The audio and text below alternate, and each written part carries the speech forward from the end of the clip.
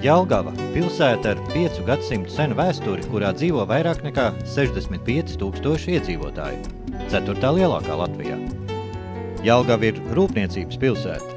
Jelgavas biznesa parks ar tā ražotnēm, plastmasas cauruļu ražošanas uzņēmums Evopipes, autobusu būvu uzņēmumā Amoplant, Jelgava attīsta metāla apstrādes un mašīnu būvas tradīcijas, meklējot jaunus un inovatīvus risinājumus.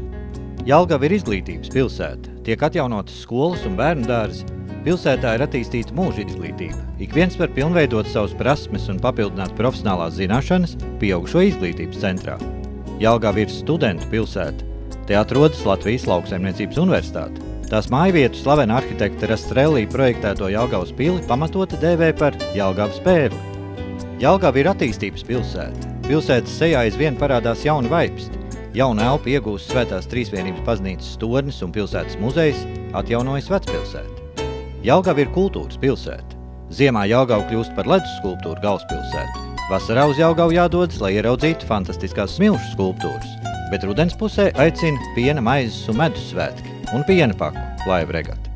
Jelgava nav iedomājama bez sporta. Pilsētā populārs ir basketbols, futbols, hokejs, iztenots viens no vērienīgākajiem projektiem – Zemgales olimpiskais centrs. Laipni aicināti Jelgavā, iepazīt, iemīlēt un atgriezties.